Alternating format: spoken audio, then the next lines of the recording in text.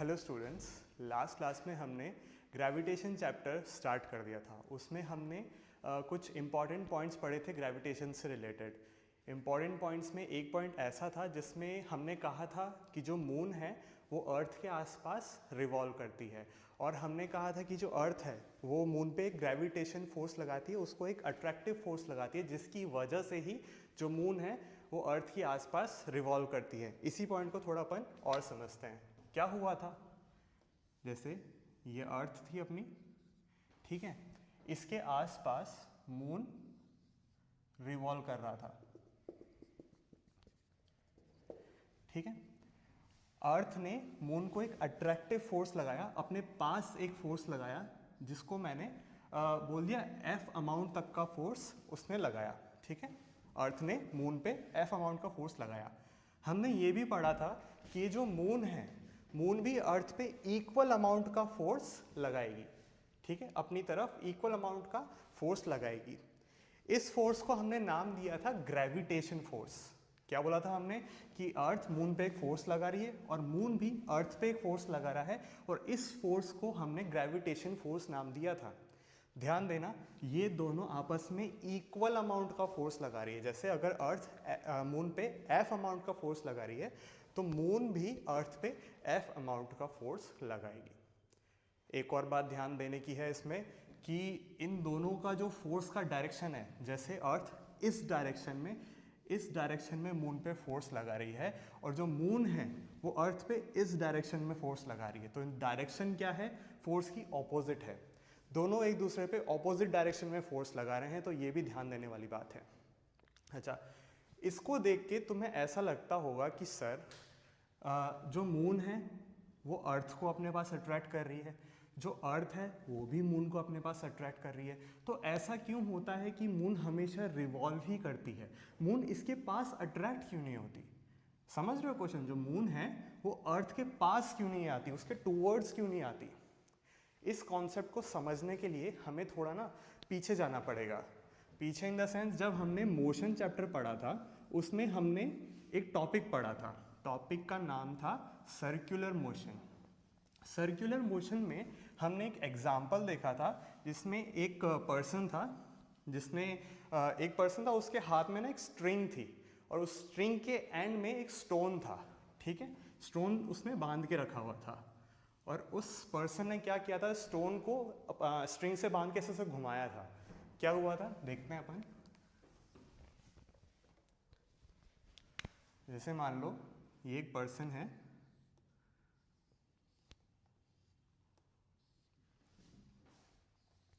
ये अपने हाथ में एक स्ट्रिंग ले रखा था, और स्ट्रिंग के एंड में एक स्टोन इसने बांध के रखा हुआ था। जैसे मान लो ये एक स्ट्रिंग है और यहाँ पे ये एक स्टोन है। स्टोन को वो एक सर्कुलर पाथ में, थोड़ा इसको और बड़ा कर लेते हैं ताकि कंप्लीट सर्कल बन जाएगा,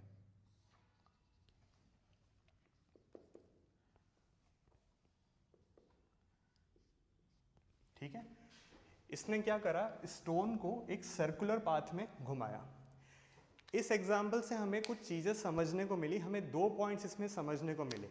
वो 2 पॉइंट्स क्या क्या थे? हमें इसमें समझने को मिला था सेंट्रीपिटल फोर्स,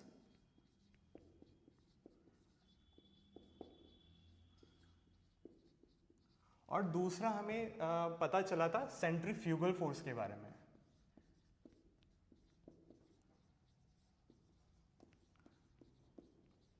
दो फोर्स के बारे में हमें इस एग्जाम्पल में पता चला था।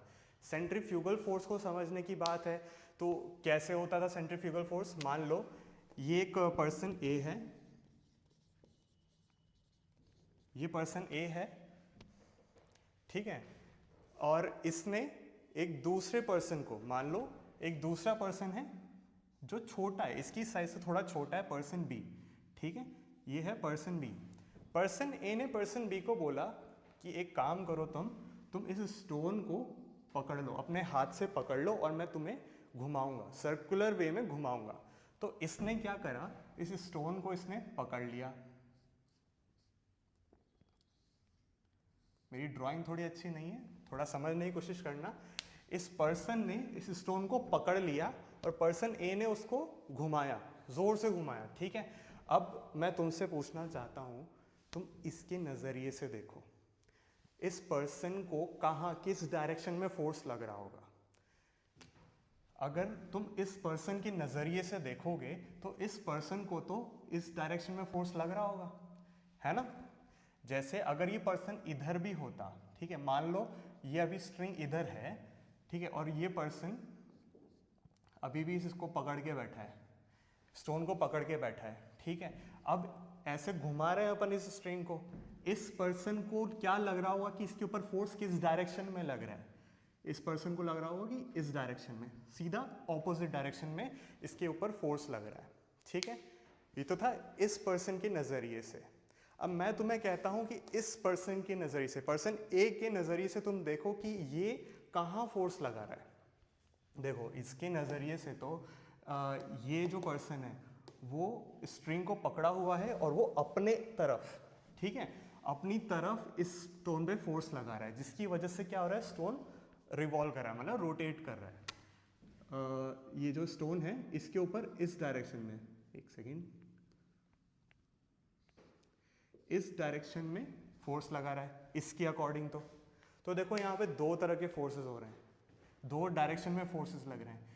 एक तो जो इसके रेस्पेक्टिव में इसको लग रहा है कि ये अंदर की तरफ फोर्स लगा रहा है, ये अंदर की तरफ खींच रहा है और उसकी वजह से वो जो स्टोन है वो गोल गोल घूम रहा है, ठीक है। इसके अकॉर्डिंग तो अंदर की तरफ ये फोर्स लगा रहा है, लेकिन इसकी तरफ पर्सन बी की तरफ से सोचे अपन तो वो आउटवर्ड फोर्स लग रहा है। दो तरह के फोर्स लग रहा है। तो देखो जो फोर्स सेंटर की तरफ लग रहा है इसको नाम दिया सेंट्रीपिटल फोर्स, ओके। और जो दूसरा फोर्स जो ठीक सेंट्रीपिटल फोर्स के ऑपोजिट में है, अगर सेंट्रीपिटल फोर्स इस डायरेक्शन में है तो ठीक इसके ऑपोजिट में दूसरा फोर्स लग रहा है, इसको अपन ने नाम दिया सेंट्रीफ्यूगल फोर्स, ठीक है। यही कॉन्सेप्ट हम मून और अर्थ के ऊपर लगाएंगे, centripetal force and centrifugal force का, ओके। अभी देखते हैं कैसे होता है वो।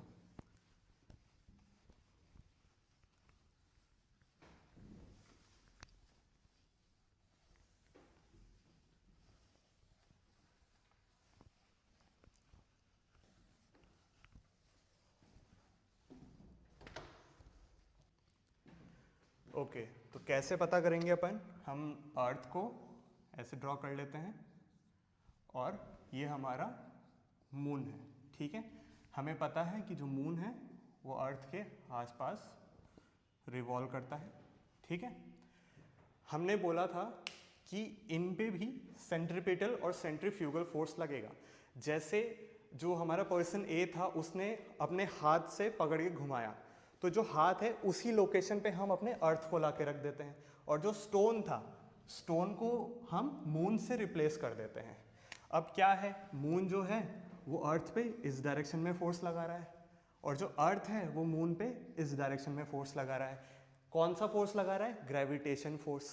अब इस केस में सेंट्रीपिटल फोर्स का काम कौन कर रहा है, इस केस में सेंट्रीपिटल फोर्स का काम कर रहा है इन दोनों के बीच में लगा हुआ ग्रेविटेशन फोर्स, ठीक है।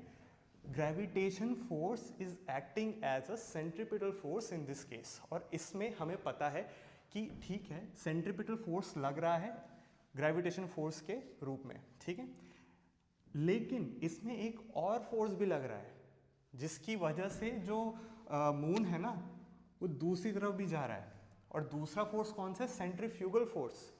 जैसे क्या है, ये अट्रैक्ट तो हो रहा है, ठीक है, मून अट्रैक्ट तो हो रहा है अर्थ से, लेकिन इसके ऊपर सिर्फ ग्रेविटेशन फोर्स नहीं लग रहा है, इसके ऊपर एक और फोर्स लग रहा है सेंट्रीफ्यूगल फोर्स, जो कि मून को दूसरी डायरेक्शन में, जैसे अगर सेंट्रीफ्यूगल फोर्स या फिर क्या बोलते हैं ग्रेविटेशन फोर्स इधर लग रहा है तो इसके ऑपोजिट में सेंट्रीफ्यूगल फोर्स भी लग रहा है, ठीक है।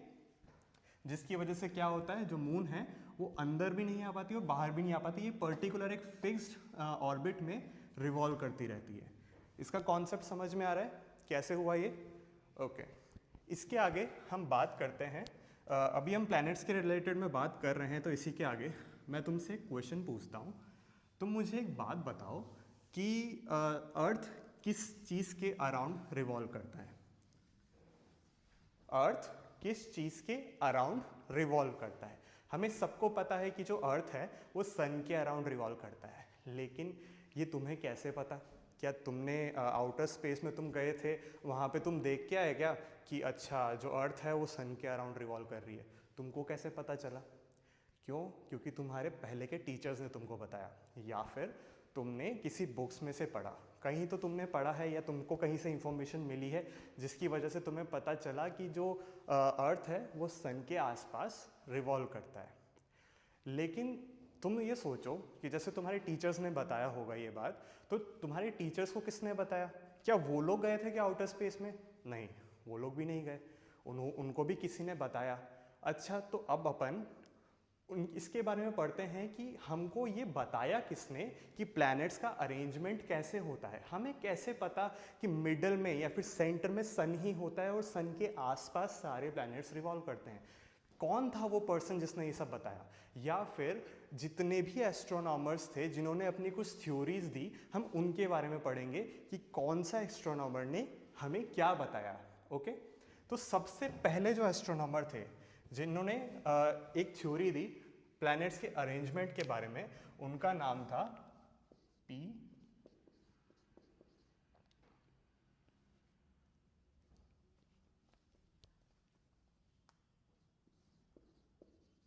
उनका नाम था टॉलमी।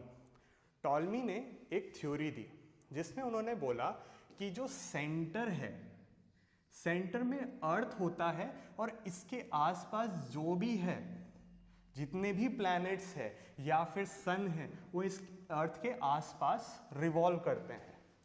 क्या बोला? कि earth will be in the centre और अर्थ के आसपास सारे प्लैनेट्स, मून्स या फिर सन रिवॉल्व करेंगे। और इस थ्योरी को उन्होंने नाम दिया जियोसेंट्रिक थ्योरी।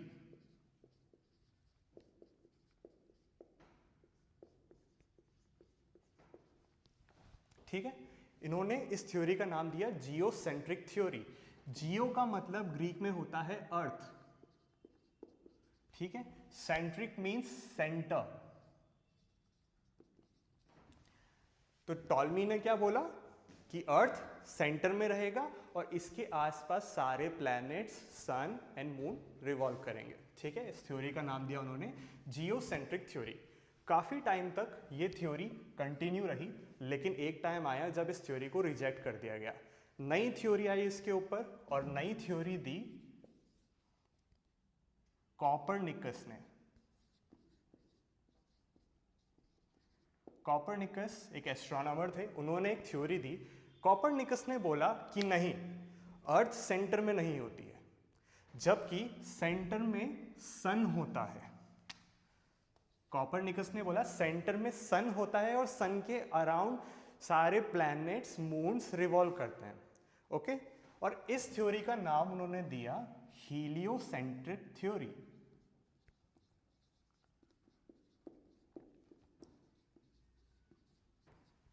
इस थ्योरी का नाम दिया इन्होंने हीलियोसेंट्रिक थ्योरी। हीलियो का मतलब होता है ग्रीक में सन, ठीक है। Centric means centre. Okay, Helio का मतलब होता है सन ग्रीक में और सेंट्रिक का मतलब होता है सेंटर। ये थ्योरी भी थोड़े टाइम चली, उसके बाद इस थ्योरी को भी रिजेक्ट कर दिया गया। इसके बाद एक और साइंटिस्ट आए जिनका नाम था टाइको ब्राहे।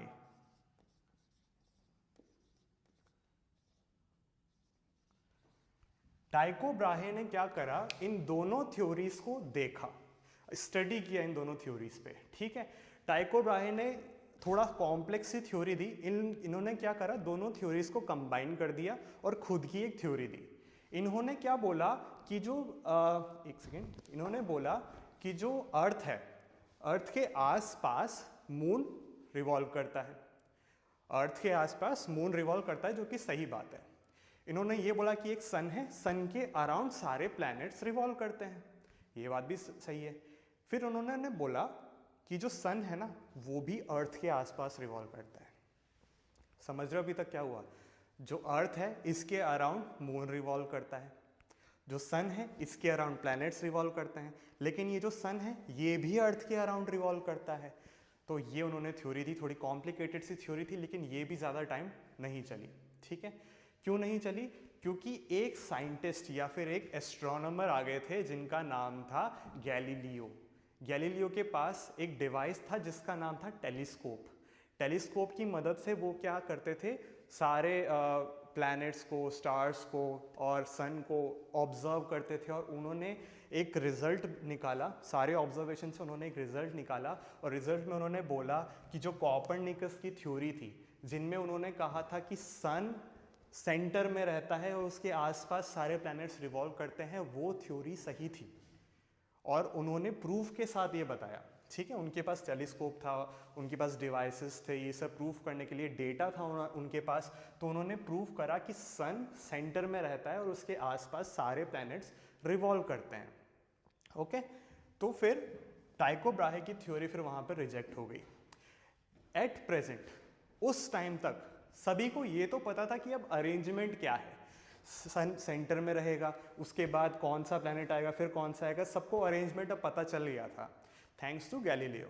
ठीक है, उसके बाद हमको ये नहीं पता था कि ये जो प्लैनेट्स हैं ये किस तरह से रिवॉल्व कर रहे हैं, इनका मोशन क्या है, क्या ये सर्कुलर पाथ में ही रिवॉल्व कर रहे हैं, क्या ये कोई दूसरे पाथ में यानी दूसरे शेप में जैसे एलिप्टिकल हुआ, अलग अलग शेप में रिवॉल्व कर रहे हैं, ये किसी को नहीं पता था। किसी ने इसके बारे में बात नहीं की थी, किसी ने इसके बारे में कोई कानून या फिर लॉ नहीं दिया था। ठीक है, इसके बाद आए एक और एस्ट्रोनॉमर जिन्होंने बताया कि जितने भी प्लैनेट्स हैं इनका मूवमेंट कैसे होता है, कैसा होता है इनका मूवमेंट। उनका नाम था कैपलर। अच्छा, कैपलर का जो लॉज हैं, उन्होंने 3 लॉज दिए थे और उन लॉज को पढ़ने से पहले हमें कुछ चीज़ें समझनी पड़ेगी। चीज़ें में हमें पता होना चाहिए एलिप्स क्या होता है।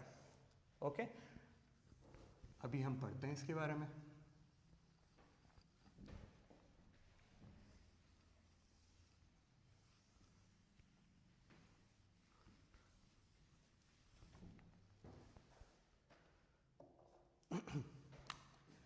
देखो, हम लोगों ने सर्कल तो देखा ही है। सर्कल कैसा होता है? ऐसा होता है सर्कल, जिसका एक सेंटर होता है। हम क्या करें, इस सर्कल को हम थोड़ा पिचका दें, हम इसको दबा दें ऊपर और नीचे से, तो कैसा सा शेप बनेगा? एक ऐसा शेप बनेगा, थोड़ा टेढ़ा बना है लेकिन तुम समझो। इसको हमने थोड़ा सा पिचका दिया तो ऐसा सा शेप बना। ठीक है, अब मैं तुमको कह रहा हूं कि सर्कल का एक सेंटर होता है। ठीक है, एक सेंटर पॉइंट होता है। जो एलिप्स होता है इसके 2 फोकस होते हैं, 2 फोकस होते हैं। अगर हम फोकस की बात करें तो अगर हम एक चीज के बाद में बोलेंगे, एक चीज के बारे में बोलेंगे तो उसको हम फोकस बोलेंगे, लेकिन अगर हम 2 फोकस के बारे में बात करेंगे तो हम उसको फोकाई बोलेंगे। फोकस का प्लूरल इज फोकाई। ओके, देखो अब फिर से सर्कल की बात करते हैं। सर्कल का जो सेंटर है, इस सेंटर से किसी भी पॉइंट का डिस्टेंस हम लेते हैं तो हम इसको रेडियस बोलते हैं। और हमें पता है कि सर्कमफेरेंस पे कोई सा भी पॉइंट ले लो, जैसे ये पॉइंट ले लिया इधर, ये भी रेडियस होगा, जैसे ये पॉइंट लिया ये भी रेडियस होगा। और हमें पता है सर्कल में जो रेडियस होता है वो कांस्टेंट होता है, रेडियस जो होता है वो कांस्टेंट होता है। ठीक है,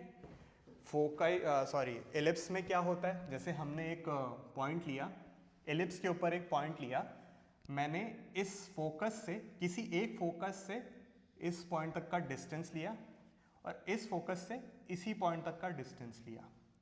इस डिस्टेंस को मैंने नाम दिया L1 और इस डिस्टेंस को L2। अब एलिप्स में क्या होता है कि L1 प्लस L2, L1 का डिस्टेंस यानी फोकस से लेके इस पॉइंट तक का डिस्टेंस प्लस दूसरे फोकस से इस पॉइंट तक का डिस्टेंस, ये हमेशा कांस्टेंट होता है।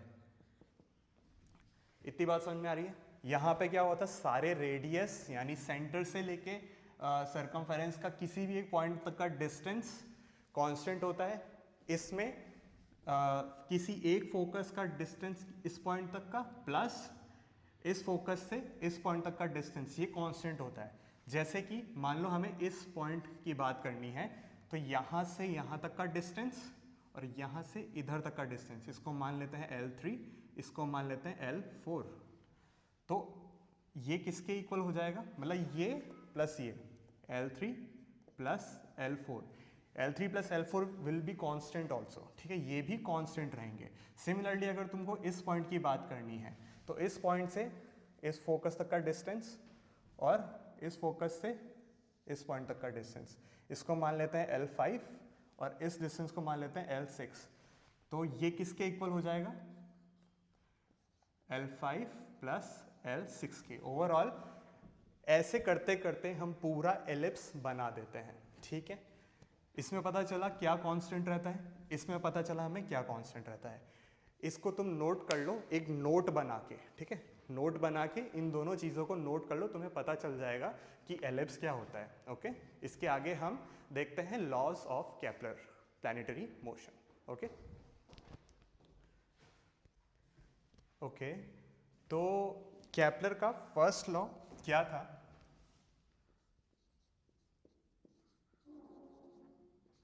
फर्स्ट लॉ था कि एवरी प्लैनेट या फिर each planet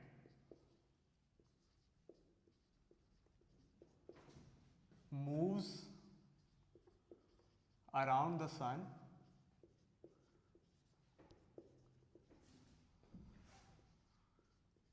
in an elliptical orbit।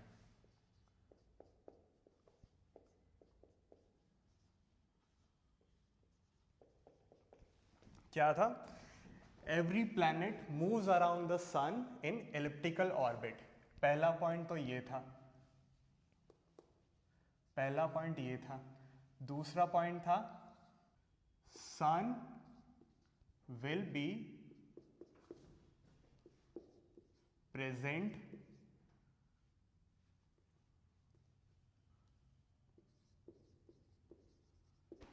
at one of its two foci। क्या हुआ इसका मतलब, दोनों पॉइंट्स का मतलब क्या हुआ, मान लो ये अपना सन है और ये एक एलिप्टिकल ऑर्बिट है, ठीक है। ओके, चलो एक बार सन भी नहीं बनाते हैं। ये हमारा एक एलिप्टिकल ऑर्बिट है, इसके कुछ दो फोकस होते हैं, ठीक है, जिनको हम साथ में फोकाई बोलते हैं, ठीक है। इसने बोला, केपलर के फर्स्ट लॉ ने बोला कि जो अर्थ है या फिर कोई से भी प्लैनेट है वो एक इलिप्टिकल पाथ पे मूव करते हैं, ठीक है। ये एक इलिप्टिकल पाथ है, मान लो ये हमारा एक प्लैनेट है, मान लेते हैं ये अपना अर्थ ही है, ठीक है। ये एक इलिप्टिकल पाथ में मूव करेगा। ओके, पहले पॉइंट में तो इसने ये बोला। दूसरे पॉइंट में बोला कि जो सन है वो किन्हीं दो में से एक फोकस पे प्रेजेंट होगा। तो या तो सन इस फोकस पे प्रेजेंट होगा या फिर सन इस फोकस पे प्रेजेंट होगा। दोनों में से किसी एक पॉइंट पे या फिर किसी एक फोकस पे सन प्रेजेंट होगा। हमने मान लिया कि वो इस फोकस पे सन प्रेजेंट है, ठीक है। पहला पॉइंट समझ में आया, sun will present at any one of the focus and earth will revolve around the sun in an elliptical orbit. Okay, पहला लॉ नोट डाउन करो, उसके बाद हम सेकंड लॉ देखते हैं। अब सेकंड लॉ में केपलर ने बोला कि every planet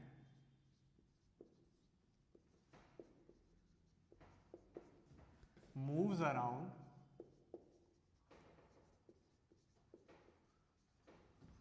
the sun in such a way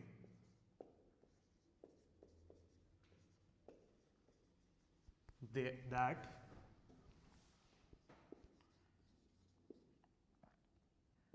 the line joining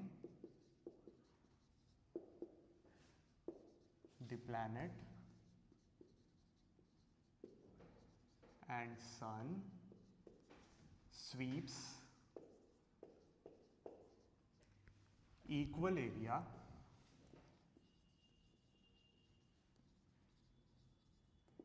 in equal interval of time। अब इस लॉ का क्या मतलब हुआ ये अपन समझते हैं, ठीक है। इसने बोला every planet moves around the sun in such a way that line joining the planet and the sun sweeps equal area in equal interval of time. इसका क्या मतलब हुआ, देखो ये हमारा एक इलिप्टिकल ऑर्बिट है,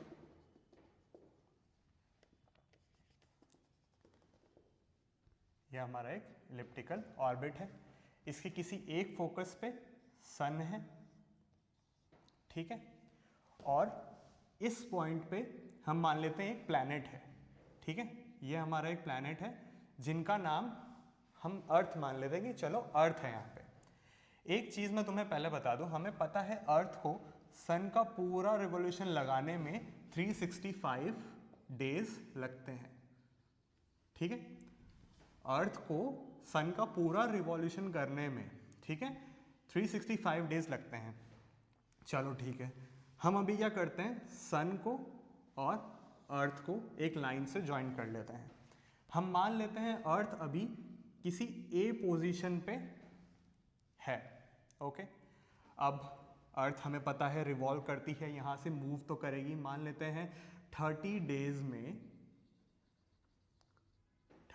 में अर्थ ए पोजीशन से चल के इस पोजीशन पे आ जाती है, ठीक है। 30 डेज में अर्थ जो है इस पोजीशन से इस पोजीशन पे आ जाती है। इस पोजीशन को हम बी पोजीशन मान लेते हैं और हम सन से इसको एक लाइन से ज्वाइन कर देते हैं। अब लॉ क्या कहता है, that the line joining planet and sun, the line joining, ये लाइन है, line joining planet and sun sweeps equal area, sweeps equal area, क्या एरिया इसने यहाँ पे बनाया, इसको हम A1 नाम दे देते हैं, इस एरिया को A1 नाम दे देते हैं। Sweeps equal area in equal interval of time, इसके बारे में अभी हम बात करते हैं। फिलहाल तो अभी तक क्या हो गया था, अर्थ है A पोजीशन पे थी, 30 डेज बाद अर्थ B पोजीशन पे आई, यहाँ से यहाँ तक आने में इसने कुछ एरिया कवर करा, ठीक है, जिस एरिया का नाम हमने A1 दिया। अच्छा, ये तो था 30 दिन की बात, और 30 दिन बाद मान लेते हैं जो अर्थ है वो यहाँ पे आ गई, यहाँ पे थी बी पोजीशन पे थी, अब ये सी पोजीशन पे है और अर्थ अब यहाँ से यहाँ तक आ गई, और इसको भी मैं सन से ज्वाइन कर लेता हूँ, और यहाँ से यहाँ तक आने में भी अर्थ को 30 डेज लग गए, ओके। अब इसने कितना एरिया कवर करा, ये वाला एरिया, ठीक है, इस एरिया को मैं A2 नाम दे देता हूं। इतनी बात समझ में आ रही है, क्या हुआ, पहले A पोजीशन पे थी अर्थ, A से B पे गई 30 दिन के अंदर, और जितना एरिया उसने कवर किया उसको हमने A1 नाम दिया। एक और सिनारियो लिया जिसमें हमारा अर्थ अब B पोजीशन पे था, B पोजीशन से C पोजीशन पे गया 30 डेज के अंदर, और उसमें उसने A2 एरिया कवर किया। अब एक बार लॉ फिर से पढ़ते हैं, the line joining the planets and the sun, line joining planets and the sun sweeps equal area in equal interval of time। इसका क्या मतलब हुआ, equal area in equal interval of time का मतलब हुआ कि 30 डेज, जैसे यहाँ पे टाइम इक्वल है, 30 डेज में अर्थ ने A1 एरिया कवर किया, 30 डेज में अर्थ ने A1 एरिया कवर किया, और फिर 30 डेज और लगे, उसमें अर्थ ने B2 एरिया कवर किया। अगले 30 डेज में अर्थ ने A2 एरिया कवर किया। अब लॉ क्या बोल रहा है, they sweeps equal area in equal interval of time, यानी दोनों जो एरिया हैं वो आपस में इक्वल होंगे, ठीक है। अर्थ यहाँ से यहाँ तक गया 30 डेज में, अगर टाइम सेम है, 30 डेज यहाँ भी है, यहाँ पे भी 30 डेज है, टाइम सेम है, तो जो अर्थ है वो इक्वल एरियाज कवर करेगी, ठीक है, सन के साथ अर्थ इक्वल एरियाज कवर करेगी। ये था सेकंड लॉ। इसी लॉ में केपलर ने बोला कि अगर हमारी जो अर्थ है या फिर हमारा जो प्लैनेट है वो सन से दूर है, ठीक है। अगर सन से दूर है तो इनकी जो स्पीड है, प्लैनेट्स की चलने की स्पीड कम रहेगी, ओके।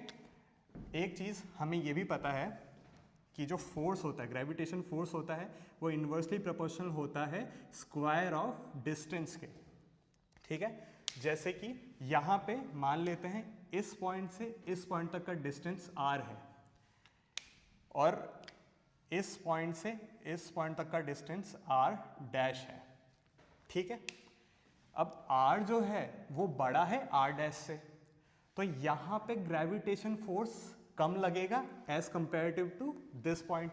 जैसे क्या है, अगर डिस्टेंस ज़्यादा होता है, अगर डिस्टेंस ज़्यादा होगा तो ग्रेविटेशन फोर्स कम होगा, क्यों? क्योंकि ये इन्वर्सली प्रोपोर्शनल होते हैं एक दूसरे के, है ना।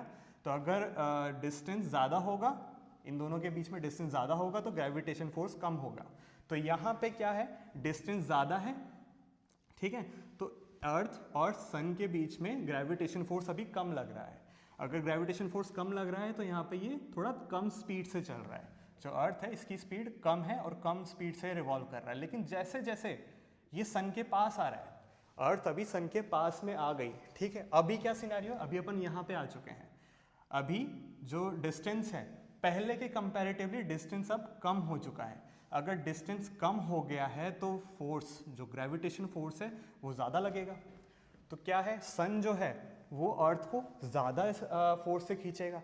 अगर ज़्यादा फोर्स से खींचेगा तो जो इसकी स्पीड है वो बढ़ जाएगी, ठीक है, इसकी स्पीड बढ़ जाएगी। अब अगर स्पीड बढ़ गई तो ये ज़्यादा डिस्टेंस भी ट्रैवल करेगा, है ना। अगर अर्थ की स्पीड यहाँ पे बढ़ गई तो ऑब्वियस सी बात है, अगर हम अपनी ही बात करें, अगर हम स्पीड बढ़ा देते हैं तो ऑब्वियसली हम ज़्यादा डिस्टेंस कवर कर पाते हैं, ठीक है।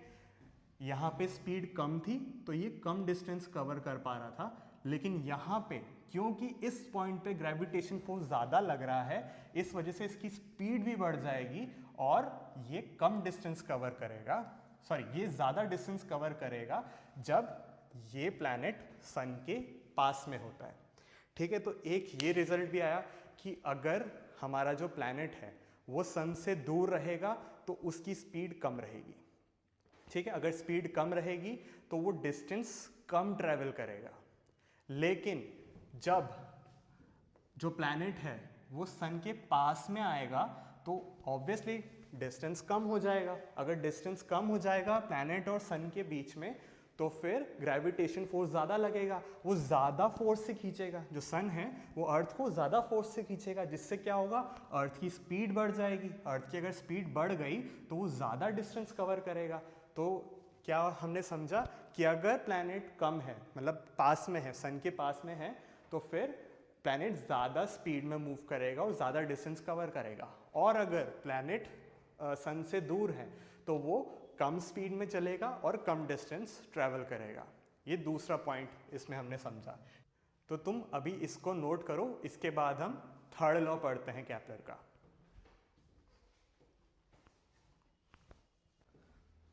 ओके, तो केपलर का थर्ड लॉ है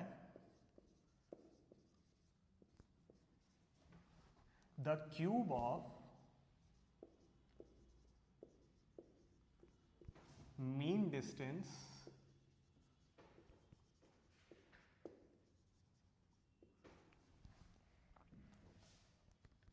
between planet and the sun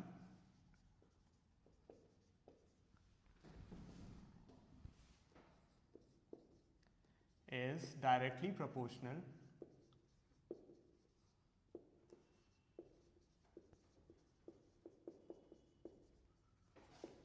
to the square of time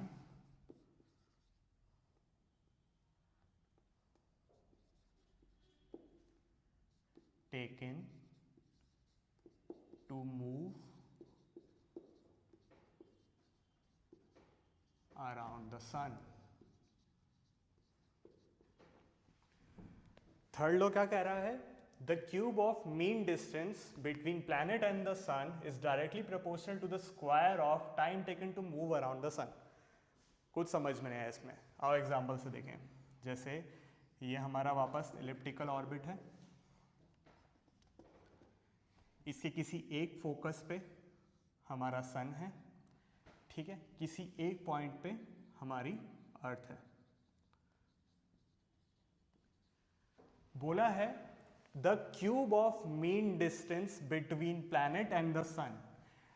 mean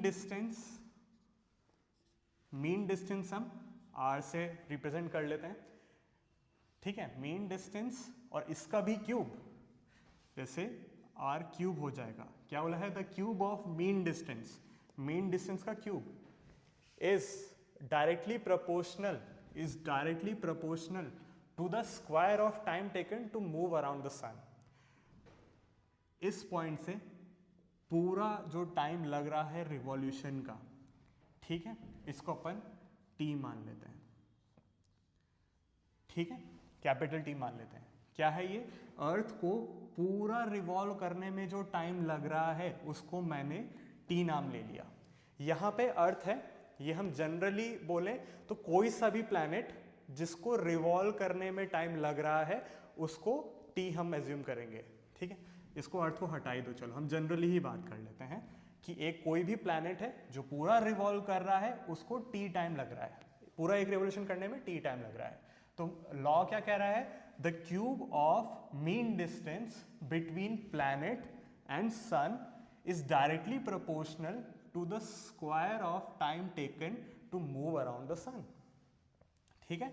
जो टाइम लग रहा है उसके स्क्वायर के डायरेक्टली प्रोपोर्शनल है। इसका क्या मतलब हुआ? देखो, जैसे मान लो यहाँ पे एक प्लैनेट है, ये एक प्लैनेट है, और हमें पता है सोलर सिस्टम में बहुत सारे प्लैनेट्स होते हैं, एक दो की बात नहीं, बहुत सारे प्लैनेट्स होते हैं। मान लो यहाँ पे एक और प्लैनेट है, इसका डिस्टेंस और इसका डिस्टेंस, इन दोनों में डिस्टेंस है r, चलो इसको मान ले 1, इसको मान लेते हैं 2। जो r2 है वो r1 से बड़ा है, और ये लॉ कह रहा है कि अगर आपके बीच में डिस्टेंस ज़्यादा है, अगर प्लैनेट के बीच में डिस्टेंस ज़्यादा है तो इसको ज़्यादा टाइम लगेगा पूरा रिवॉल्व करने में। अगर आपका डिस्टेंस कम है तो आपको कम टाइम लगेगा रिवॉल्व करने में, पूरा रिवॉल्व करने में आपको कम टाइम लगेगा। समझ में आ रहा है? अगर डिस्टेंस ज़्यादा है तो आपको टाइम भी ज़्यादा लगेगा पूरा रिवॉल्व करने में। लेकिन अगर एज कंपेरेटिव टू दिस, ये जो अपना अंदर वाला एलिप्स है इसमें टाइम कम लगेगा। क्यों? इसमें टाइम कम लगेगा रिवॉल्व करने में, क्यों? क्योंकि इसका जो डिस्टेंस है, मीन डिस्टेंस है सन का और प्लैनेट का, वो कम है। सेकंड केस में, इस वाले केस में कम है डिस्टेंस, ठीक है, r1 की वैल्यू कम है तो इसको टाइम भी कम लगेगा।